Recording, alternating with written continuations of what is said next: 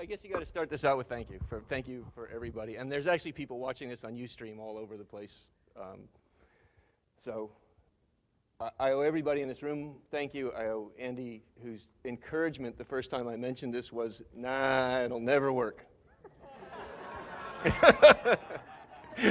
Devil's advocate. Exactly. You know, contrary position. There's so much going on with you guys and I put the numbers down, but it's about 6,000 CrossFitters today, about 6,500 CrossFitters. We're well over $1.5 million when the checks are all counted. And you know, you guys are getting ready to do Fight Gone Bad. You're thinking about the speeches. You're watching me cry because my daughter came up and gave me an award, and Andy and everybody else. So can I ask you all just to take a moment of silence and focus on what we're really here for? And probably the easiest way to explain that is every year I make new friends at this event, and this year there's a guy at the Special Operations Task Force in Afghanistan who wrote and asked if they could do Fight Gone Bad. Now, if you guys have done the hero workouts, that's the unit from which Murph and Josh and those guys were killed. And they lost a guy this week. And it didn't even make the papers. Fight Gone Bad is hard, and CrossFit is hard, and asking your friends for money is hard. But if money solved the problem, so before I say anything else, will you guys just a few moments of silence, not just for him, but for all those people we lost to cancer this year, that aren't here this year, that were here last year, and those people that are forgotten in a desert someplace. Just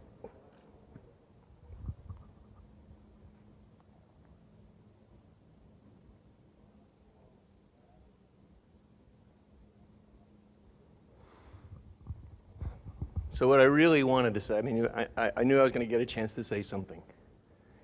Fight Gone Bad takes 17 minutes. Like I said, like I was going to say, if money solved the problem would be solved. I wonder sometimes if the money puts more distance between us and the problem than it should, and if it actually really solves anything. Because you can't buy your way out of this. And how Fight Gone Bad came to be is, and everybody in this room knows this, is somewhere around 10 minutes, there's some voice screaming in the back of your head that you can't do anymore.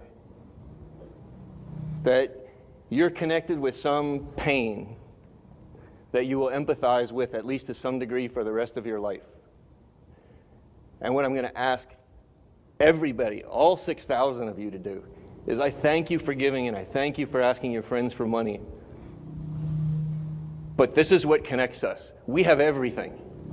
If you got to do Fight Gone Bad, if you get to go to CrossFit, if you get all of those gifts and blessings, sometime in your 17 minutes today, you think about the 13-year-old kid who's not going to see 14, or Murph, or Josh, or the 470 other guys in Afghanistan who did this workout last night that are going to come home to no jobs, no money, no services.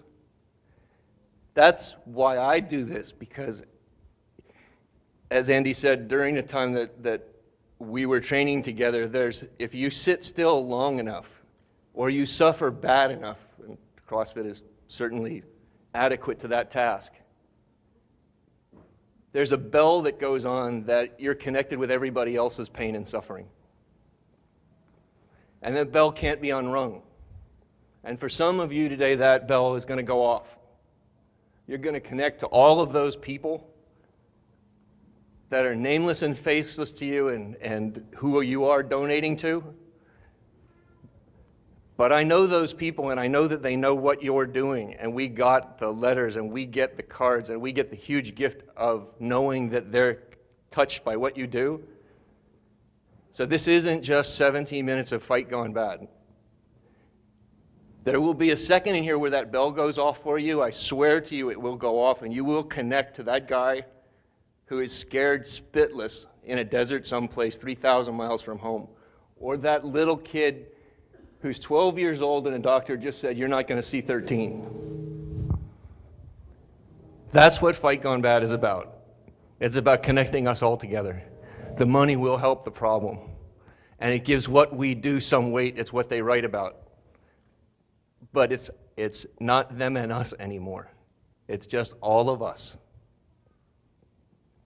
And I appreciate the opportunity that you guys have given me to put that into action even a little bit.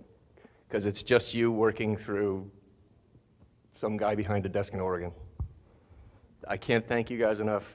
I appreciate everything you've done for them.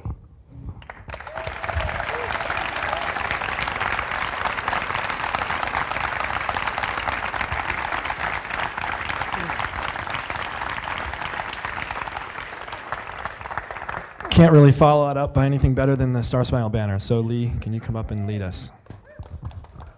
How are you? Good.